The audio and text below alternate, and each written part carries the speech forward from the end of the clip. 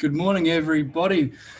Welcome to our webinar. We're so glad you could join us today. My name is Matt Cecil. I'm the Project Manager for Wildlife Preservation Society of Queensland. Today we're going to hear from two conservation stalwarts and long-time Wildlife Queensland members and conservation devotees. We're going to talk about the glider projects underway within their local branches, that is the Scenic Rim branch and the Cassowary Coast and Hinchinbrook branch of Wildlife Queensland. Before we get started though, in the spirit of reconciliation, Wildlife Queensland acknowledges the traditional custodians of country throughout Australia and the connections to land, sea and community. We pay our respect to the elders past and present and extend that respect to all Aboriginal and Torres Strait Islander peoples today. It's really great to talk about these two projects that are upcoming in this webinar because they've both in part been funded through Wildlife Queensland fundraising appeals. So that's you, our supporters and our donors, donating money to on-ground conservation projects that have a real significant impact. And you'll hear about that today, and it's really fantastic. It makes me proud as a Wildlife Queensland supporter and team member. We are really just humbled by the financial support we receive from our volunteers. So again, thank you for that.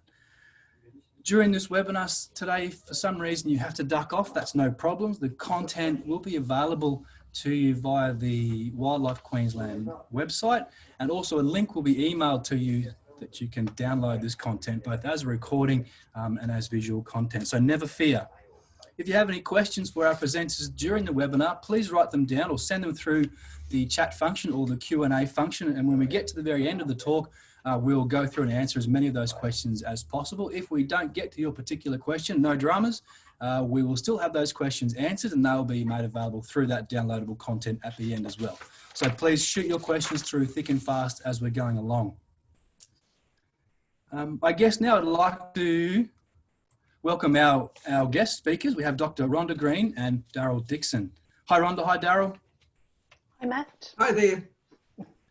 Rhonda is an adjunct research fellow at Griffith University. Rhonda holds a PhD in zoology and has conducted extensive ecological and behavioural research over the years. She is chair of Wildlife Tourism Australia Incorporated and chair of the Scenic Rim Wildlife Branch.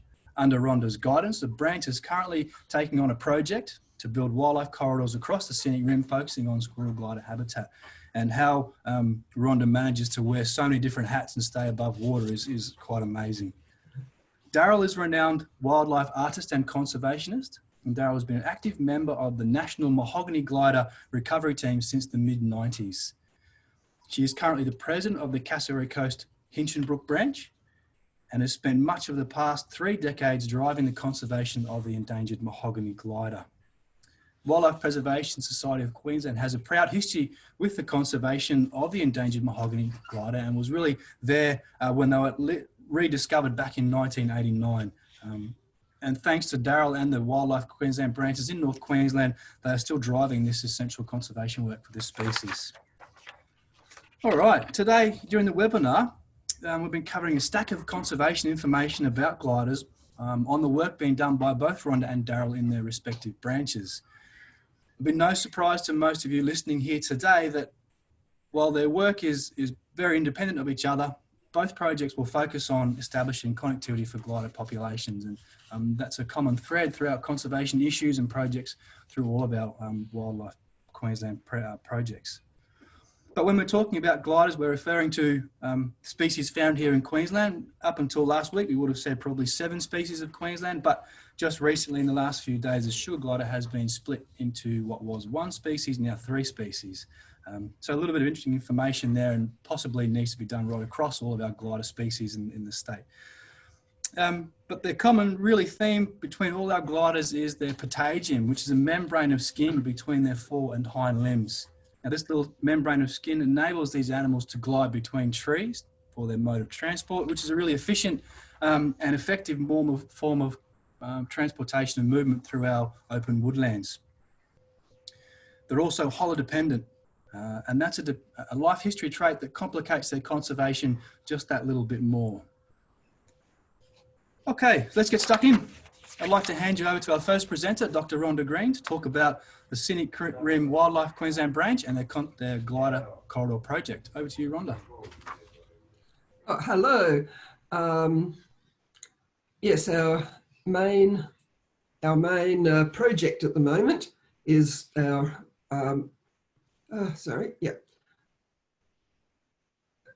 just get the slide here. Our main project in the scenic rim at the moment are the wildlife corridors, and that came out of our surveys of gliders. So the aims of our project to establish secure areas of habitat for squirrel gliders and associated wildlife species such as glossy black cockatoos, koalas, grey-crowned babblers, and to establish movement corridors between these. The scenic rim is an area of high country formed by ancient volcanoes west and south of Brisbane, and I think it's part of the third highest biodiversity in Australia. The political definition is a little bit different to the geographic. Anyway, we have 5 species of gliders in the scenic rim, but the one we're focusing on is the squirrel glider. The others are fairly well catered for with national parks and other protected areas. They like the tall, dense forests of the mountains, whereas the squirrel glider prefers the lowland, more open forests, which are more fragmented and less protected, largely on private land. So we spent a couple of years surveying gliders with volunteers, so looking at where they are, what sort of habitat, what are they eating, other resources they're using. Our methods were nocturnal searches and motion sensing cameras. We held several workshops looking at their identification, their ecology and the conservation threats, and of course what we can do to help them. The 2 most difficult ones to distinguish are the squirrel and the sugar glider. The sugar glider is smaller, but that's often hard to see in the field. It has more of a snub nose. The tail is less bushy. Occasionally, the sugar glider will have a white tip to the tail, which the squirrel glider never has. But if it doesn't have a white tip, it could be either. You can see the squirrel glider's bushy tail here. It's really bushy, even at the base where it comes out of the body. One other difference, which you won't necessarily see when you're looking at them, of course, is that the squirrel glider is much more insectivorous than the other gliders. So we used a number of motion sensing cameras, and these are a couple of gliders, a feathertail glider on the left and a squirrel glider on the right from the Kerry Road, Duck Creek area. And we got this lovely film of a glider landing on a tree on Bill O'Sutherland's place at Duck Creek. We also recorded any other wildlife, brushtail, phascogales, bandicoots, anything else we saw. With the glider searches, we got a lot of people joining in of all ages. Unfortunately, some of them thought it was a wildlife tour. Okay, show us the gliders. And that wasn't really the point. We were looking at places we didn't know whether gliders were or not. So we spent quite a few nights not seeing gliders, although we usually saw something else of interest. We finally saw this little guy at Wallace's Creek near Boonar. That was very exciting. So these are some of the places we either found gliders ourselves or others told us reliably that they'd seen them. You can see there's a few clusters and there's areas in between with a lot of cleared land. The gliders really need to be able to move between those habitats. They need to move from the sleeping areas to feeding areas. If we have a really lean winter with not many insects or flowers around, they need to move somewhere else to find food. They need to move to find a mate or a new territory or to escape a fire, other threats. And they can't just go across a paddock the way a koala or a possum might. They have to be up in a high place to be able to glide. So they need either trees to glide from, or we can put up glider poles, which work very well. So I won't read everything here. You can read this again in the report. But yeah, they're pollinators of some of our flowers as well. And they seem to be doing okay here at the moment, but as I say, it's not really well protected. Much of it's privately owned. So a Wildlife Queensland campaign led by Amanda Little raised $5,000 for establishing corridors. And then a community environment program, a federal grant, added $10,200 to that. The Scenic Rim Council is contributing plants and PR and other support. Energex is going to donate some old telegraph poles to be used as glider poles. A rep from Main Roads has agreed in principle at least to poles and possum bridges across a major road. So these are the possum places, the glider places again, and these are where we're putting corridors. We're concentrating on those central corridors at first, plus the central right-hand one. So our aims, we establish the hubs as good sources to provide habitat into the future and to provide movement corridors between them. I've already spoken about most of those. So this is one of the hubs. You can see Matt Cecil up the top right there. This is right in the centre. Now we're going to have a look at one of the other hubs, one to the right, the east. That got you interested in the Wildlife Corridors project? Well, as a wildlife carer, when we made the decision to move from Upper Coomera out to Darlington, I was very interested in finding out some projects that were actually happening around here to do with wildlife, and I actually found you guys on the internet. So I attended your workshop in Beaudesert. And detected a squirrel glider right here? Yeah, absolutely thrilled to see that. As I was scrolling through, I saw it and I thought, oh yeah, that's great. So, terrific. Yeah, really chuffed at that. And we also have echidna coming through the garden as well at the moment. That's good. Yeah. And so this is part of the hub, which we want to establish as being really good wildlife areas, and then the corridors leading out from here towards the various fragments. Yep. Terrific. No, sounds fantastic. Bill, you've been detecting quite a few squirrel gliders around here, haven't you? Yeah, Rhonda, we've had about 9 of these cameras out for the whole time we've been here. We've been over 6 years. We've got quite a big population of squirrel gliders. Even with the recent bushfire in December, the cameras up on the hills, we're still picking up lots of squirrel gliders. Yeah, that's great. No phascogales, but optimistic they're still there. Yeah. And we think it's so important. They're amazing creatures. We just want them to maintain their habitat and continue to breed and hopefully thrive to the numbers they should be. Yeah, that's great. That's what we're hoping for in this project, of course. Terrific. Tracy Eady is right in the middle of a high priority area along our corridor route. Most of this area is cleared, and we really want to be able to connect fragments of habitat along the way. So Tracy, what actually interested you? What got your interest in this project? We bought the property wanting to plant trees. My husband loves trees, especially native to the area. And during that process of trying to find out what trees grew well in the area, I came across your project. Right. So planting the trees actually gave us some meaning when we realised that we needed to plant specific trees for the squirrel glider that you were researching. Good. And you're willing to plant a few other natives too to help the native bees and butterflies and other creatures as well. Right, so some of the plants that we are focusing on, some of the ones that flower in winter when other resources might be low for the squirrel gliders and for other animals that use those plants, and also some of the plants they use for gum and sap. And because of the terrible fires last year, we selected plants that are relatively fire retardant and that grow naturally in the scenic rim or very close, and provide food for other wildlife species as well. They need hollows, they need more than one hollow to live in. They sort of change from one to the other from now and then. So Wild Mountains and some others are now making squirrel glider nest boxes for us for places where we don't have enough big trees. The trees can take over 100 years to start forming hollows. So what we've done so far this year, we've had another workshop, selection of the plant species, signing up of more landowners. Got quite a few landowners now very willing to join in.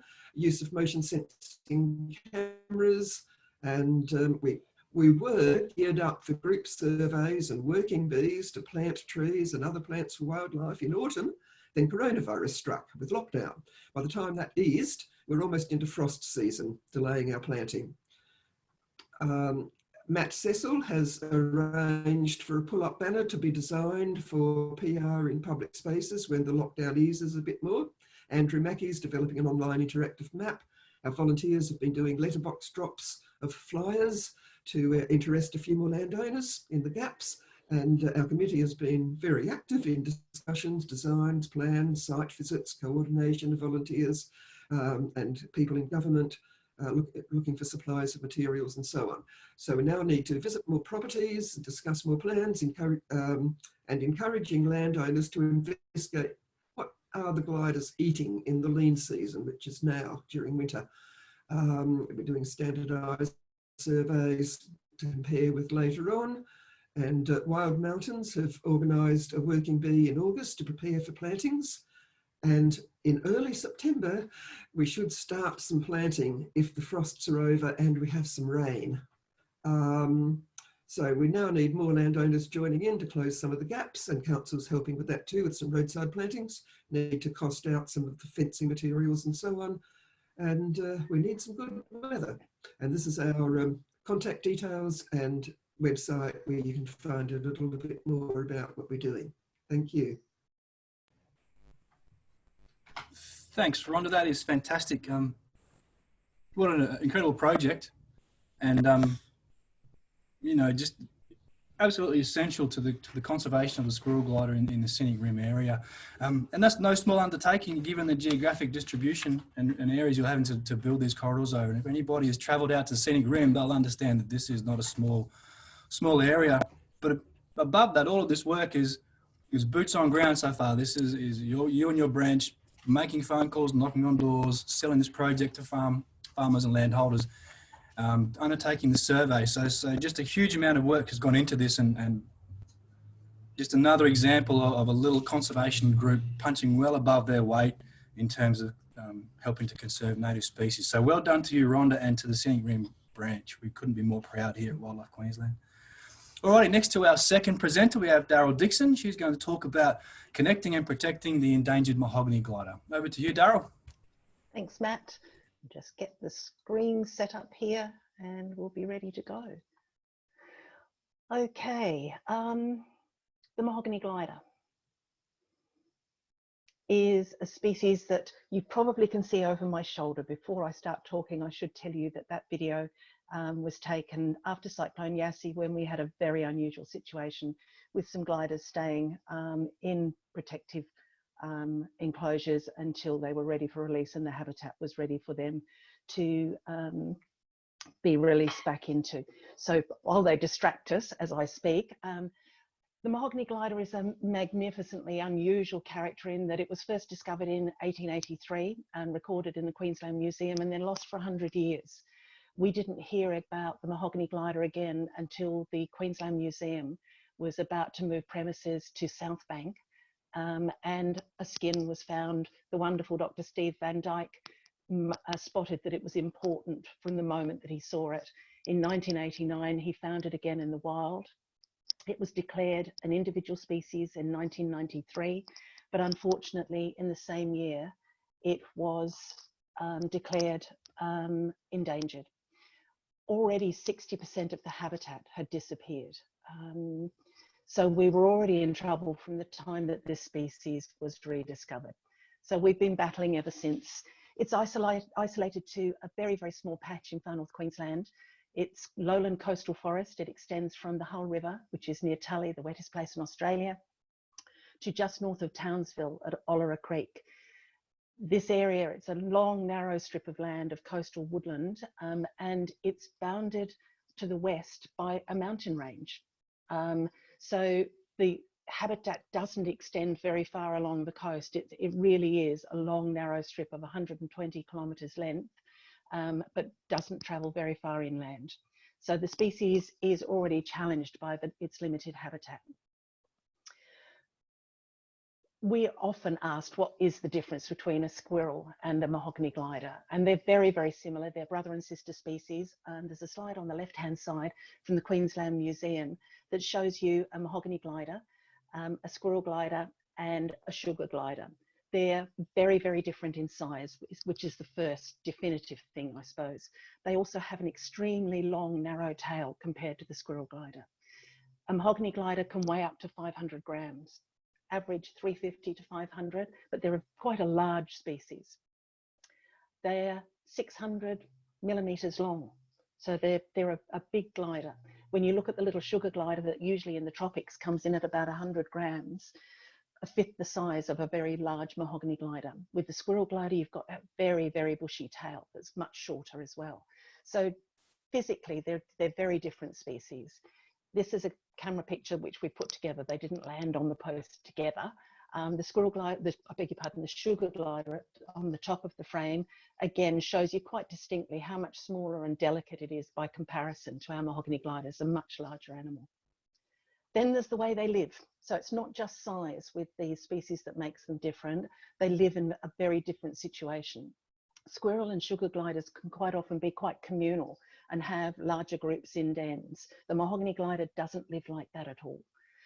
They're very, very solitary most of the time. When they pair for life, and they defend a territory of up to 20 hectares, which is a huge area given how small their distribution is. And it's because the food resources are quite low. They've evolved to be just pairs of gliders with the offspring of that single year that live in their territory. Within that territory, they'll use up to 10 dens, and they'll move to wherever the fruiting and flowering is taking place within their territory. Sometimes the pair den separately. Quite often they do that. So they live very differently from a lot of gliders. The photograph of the two gliders there, the male is the one with the scent gland in the middle of his forehead here, the female here, but you'd only see them, if you were very, very lucky, when they're in breeding condition, coming together and grooming each other and being in each other's company. When they have young, they have 2 young on average a year. They only breed once a year normally, unless something's gone terribly wrong. And both parents, when the den young are very young, will stay home and look after the young. Dad goes out to feed, mum's at home in the den with the youngsters. When he comes back, she then goes out to feed. So they're very, very caring to their young and very defensive of quite a large area of land. They live in open, tropical, coastal woodland. When people think of the wet tropics, World Heritage Area, they think of those towering ancient rainforests up on the range. But on the coast, we have what I think of quite often as the forgotten forests. The eucalypt forest, full of grass trees, melaleuca, broadleaf tea tree, beautiful coastal forests, quite often wetlands, and they've been shaped for thousands of years by fire and traditional burning. So these forests are only open because of that burning practice that's gone on for thousands of years here, and this species has evolved to live in this forest in this open situation. The broadleaf tea tree is also an endangered ecosystem. Those forests on those very, very wet coastal lands have wonderful insect levels in the wet season to feed the gliders, beautiful nectar and blossom, so they're ideal forest for the gliders to share. Fire and rain define this habitat. Without fire, we get rainforest incursion, and these days with the weeds we've introduced, they become a major problem, and it's essential that we get our fire practices back to what they should be to maintain these forests in a healthy state for the survival of this species and the well-being of the forests themselves. So they need to be cool mosaic burns. We have torrential wet seasons, then we have the fire season when we burn, hopefully in low cool burns. This, where I'm sitting today is Girramay country. The traditional practices are returning, and we have a wonderful group of Girragan rangers who work on fire practice in this area that are working to maintain these forests for our gliders. The food resources, quite a broad palette for these gliders, but it's low in resource. That's why the 20 hectares. They eat the nectar and pollen from corymbia, that's bloodwoods, gum trees, the eucalypts, from the melaleucas. The grass trees are hugely important to this species. They take the rich, sugary nectar from the beautiful grass tree spikes, but they also, while they're there, gouge into the stems and then come back days later to take the gum from the stems, which is a hugely important part of their diet as well. They tap the saps from the albizia. Albizia procera grows along the coast here. They also tap the sap of the bloodwood trees. And then in the wet season, they are sustained by the wonderful insect levels, which we all grumble about a lot of the time here in the tropics, but katydids, cicadas, spiders, moths, beetles, all rich food sources for the mahogany gliders in the lowland forests here. So quite a diverse range of things that they eat. When we come to looking at the threats, I guess it's the same for many species up and down the country. Habitat loss has been a primary issue for many of these species. With the Mahogany Glider, 60% of it was gone at the time that they were rediscovered. So we've been fighting a battle from the time we basically rediscovered this species. These days we're still seeing incremental loss, but not the major clearing we were seeing in the early years for the pine forests and the cane and developments of people living along the coast. So we speak about the ongoing decline in extent and quality of the habitat. And what that means is the habitat that we've got is also degrading because of our management not being what it should have been over these years. We're doing our best now to try and fix some of these problems, and fire is a huge part of that. If we burn at the right time of the year, we solve weed problems. We also solve the thickening problems of rainforest incursion and many other problems about the management of this habitat. So fire is a really important deciding factor on whether we actually can maintain this habitat properly. Connectivity, the same as with, again, with so many species, is hugely important for this species, not just for genetic interchange to make sure that they genetically stay healthy, but remember, this is a territorial species. When those youngsters are 12 or 18 months old for each of the breeding pairs, they've got to be able to escape. If they're trapped in an island, which is only big enough for their parents, they're not going to survive there. So they've got to be able to move off and find their own territory to be able to breed and to keep the populations healthy. Barbed wire, well, that's just something we've added into it as well, I suppose, and not intending to do any harm. It's part of farming practice historically in Australia, but it does trap gliders in a situation where, unfortunately, what we tend to do is to put in barbed wire fences and then clear either side of those fences. So the trees are too far apart for the gliders to safely move from one tree to another. They'll glide 30 to 60 metres if the trees are tall enough.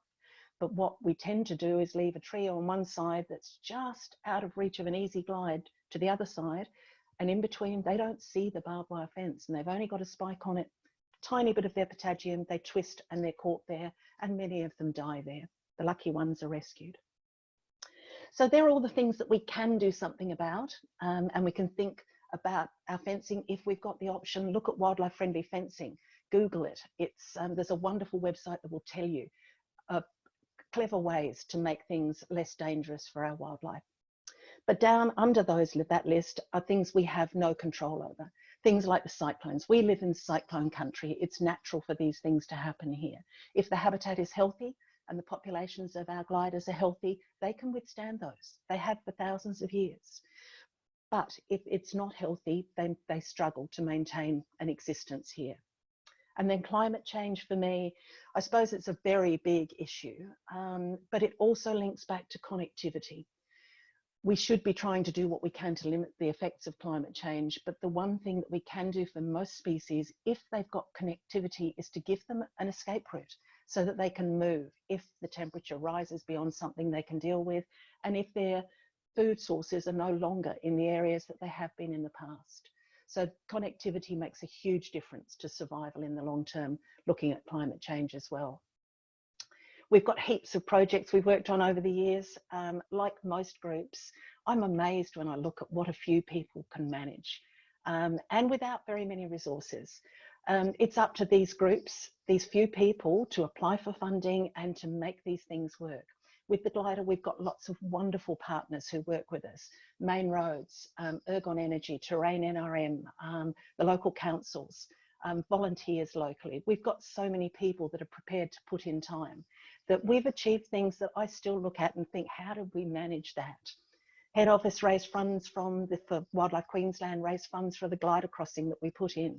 And with the help of Ergon, and the local schools and our local our team members from the recovery team, we managed to put in 22-metre high poles on a crossing with 3G cameras, and to be able to watch the gliders start using those within 10 days of their installation. We've done, you know, amazing things, and it is just a few people able to do, or feeling as if they'd give it a go, that make the difference. So when I talk to people about what can we do as individuals, there's little things you can do. You don't have to be able to commit yourself for 6 months, 5 years, 10 years, the rest of your life to do this. You can talk about the importance of wildlife in your life. You can share your interest, make contact with local wildlife care groups and Wildlife Queensland. Be put on the contact list, keep informed, look at our websites and Facebook pages. I believe so strongly that every one of us can really make a difference. And no matter how small your contribution, it makes a difference to the big picture. Every little bit adds to what we do and what we achieve out there. So you have to be careful, because you could end up like me, not meaning to be involved in this. And I've spent 30 years with these gliders and it's enriched my life. But I certainly encourage any of you that have got an interest to get involved. They're wonderful things. Okay, lots of contacts on here for you to look at after, and links to things that you might be interested in looking at. Thank you very much, Wildlife Head Office, for letting us have this time to talk about gliders, and I'll hand back to Matt now. Thank you. Thanks, Daryl. That's fantastic. What a crazy story. A species lost for 100 years only to be rediscovered, and then learn that while they've been missing, they've become critically endangered during that 100 years. That's not a situation you want to be in if you're a small glider. And some real challenges there for you and the recovery team, you know, that a species like that has a home range of 20 hectares and is solitary and territorial must add such a really complex layer to their recovery, and you're really up against it. But it's also uplifting, both with your talk and with Rhonda's talk, to see that small people can make big impacts, and that's very encouraging for us. And I've really enjoyed watching the little gliders scurrying there behind you on your screen, and we've rehearsed this a couple of times over the past 2 days, and every time I've been glued to your shoulder watching those gliders scurry back and forth. The long tails are what get me every time.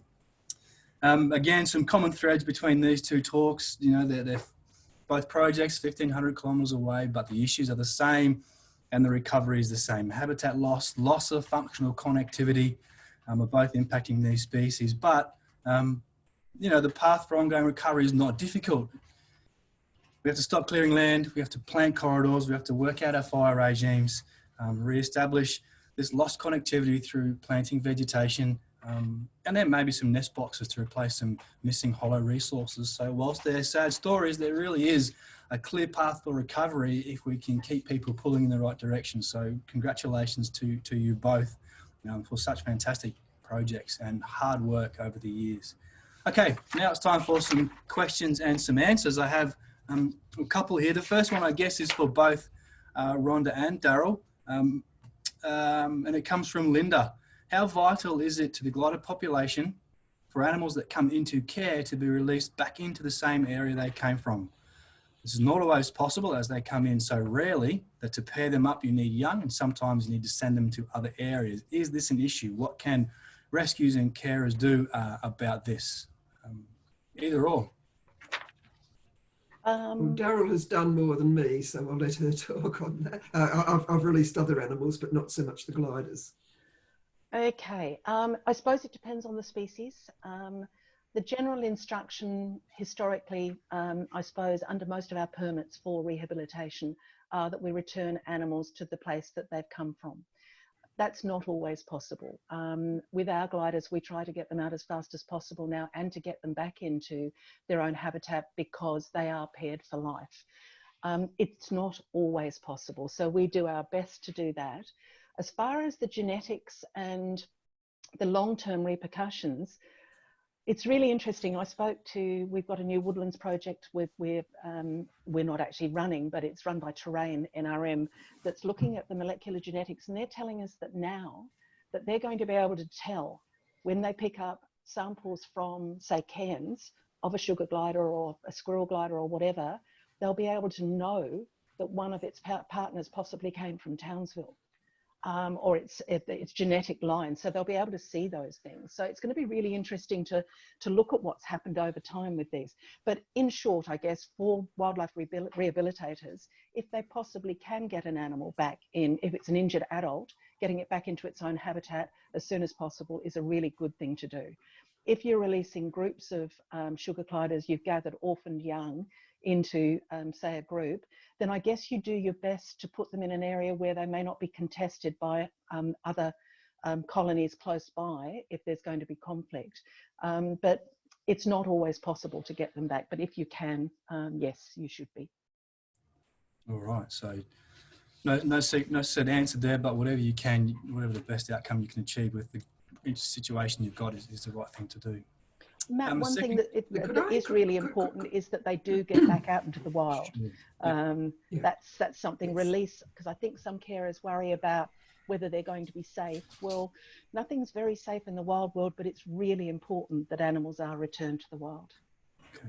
Can I just ask a related question of Daryl?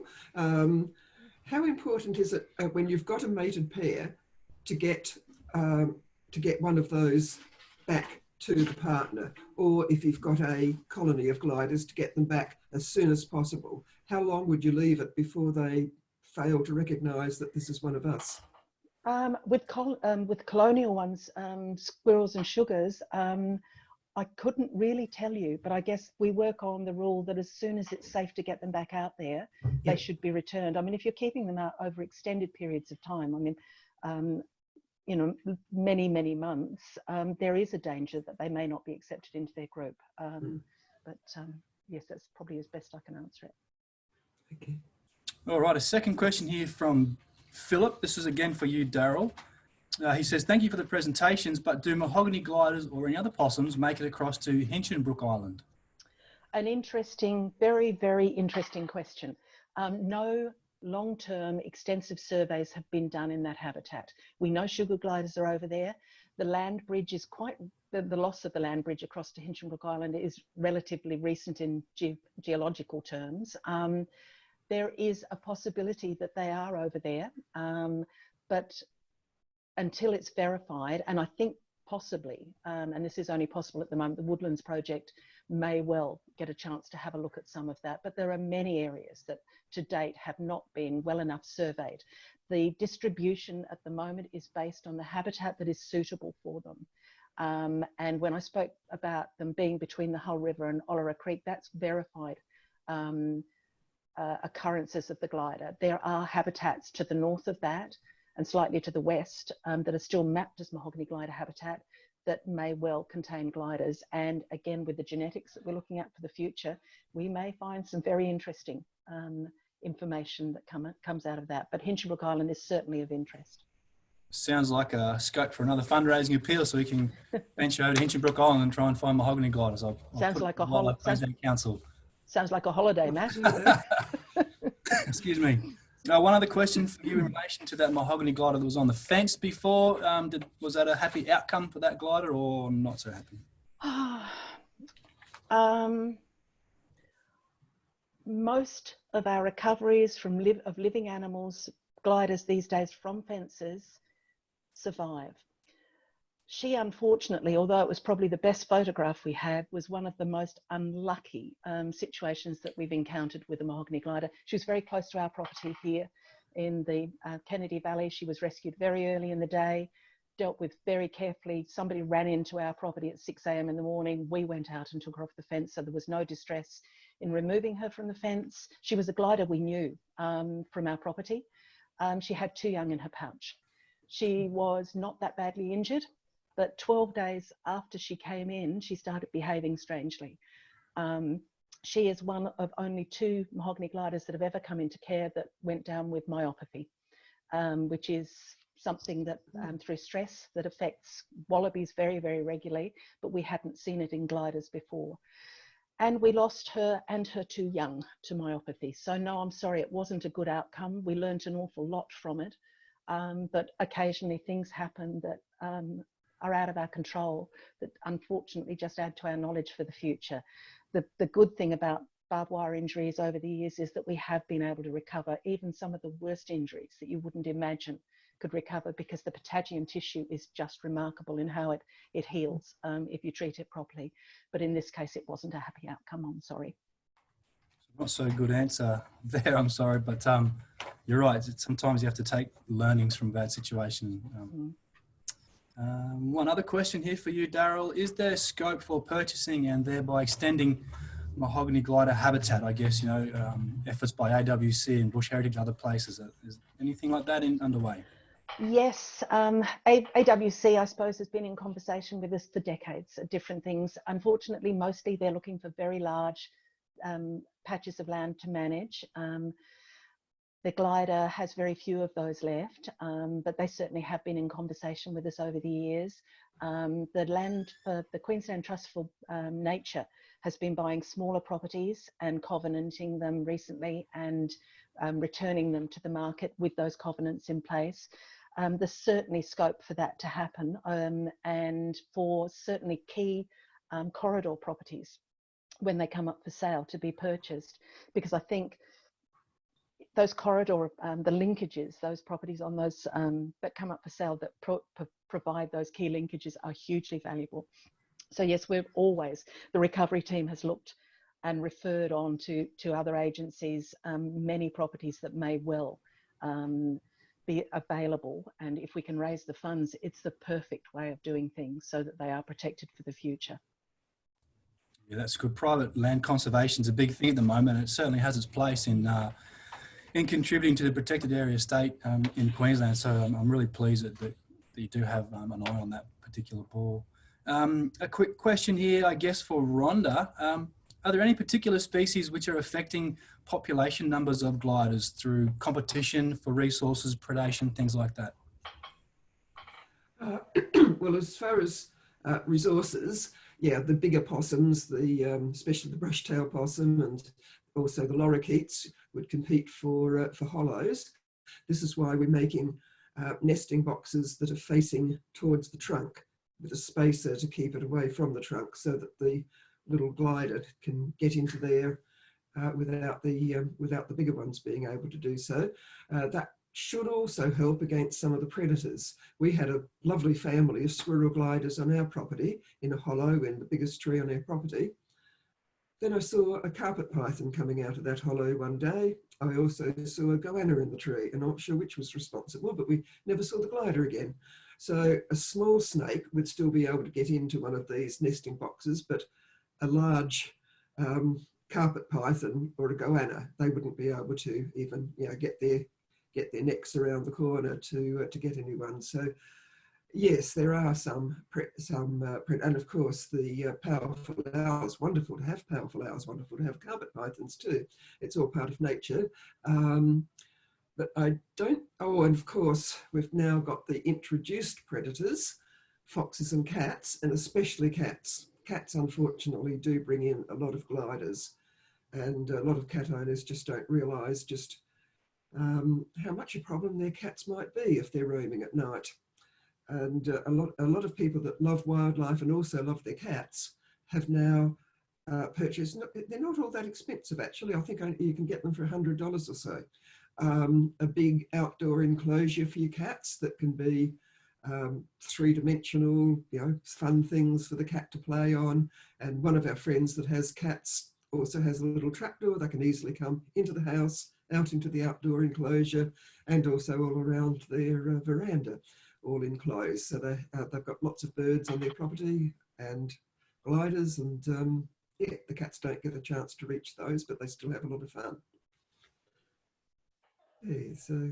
And I know that from our nest box monitoring here in the suburban areas, we have European honeybees sometimes take over nest boxes, noisy Indian miners, sorry, getting into nest boxes as well. So there are some introduced species that will compete for those hollow resources, and I have seen bees in tree hollows as well. So that is an issue, but I guess you know, having those resources in place is important, and if a few non-targets get in there and take over, well then the lesser of two evils is okay. One comment, Matt, that might be, sorry. No, you're right, Darryl. With our gliders, we're fortunate we don't have a huge cat issue as far as we know with the mahoganies or foxes. But what we did find, Rhonda, with the goannas, quite often the important part we found is the den boxes have to be deep enough.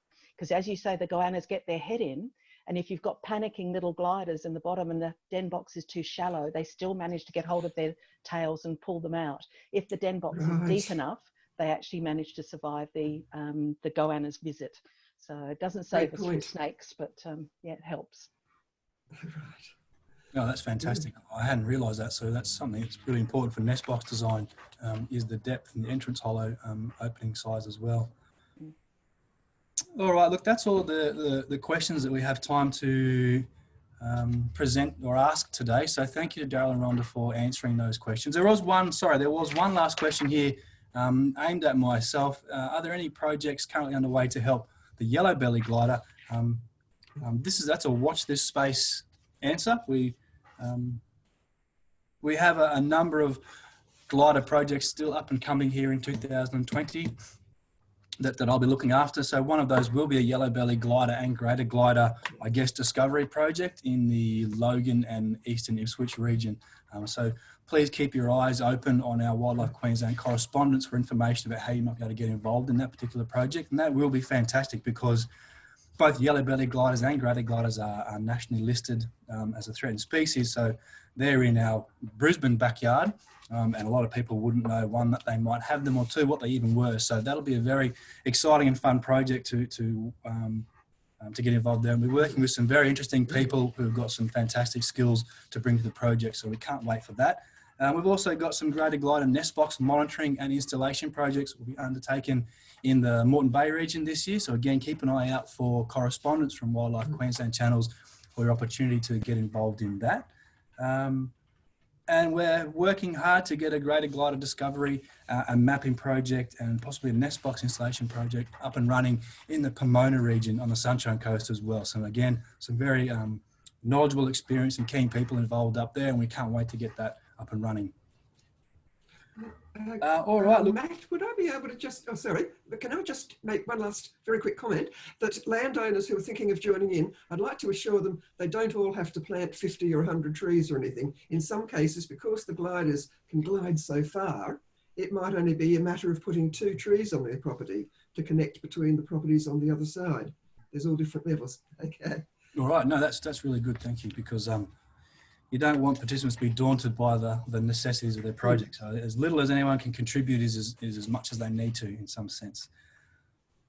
All right, look, that's it, I'm afraid. I'm just going to share this particular screen now, which will provide you with some information on how you can access what we've spoken about today. There we are.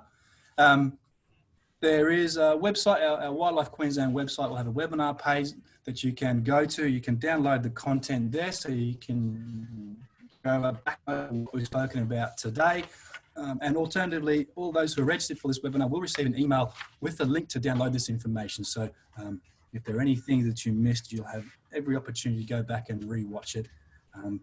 And should you like to get in contact with myself, Daryl or Rhonda, you can certainly email Wildlife Queensland or the Glider Network at glider, G-L-I-D-E-R, at wildlife.org.au, and we'll forward those questions on to both Daryl and Rhonda.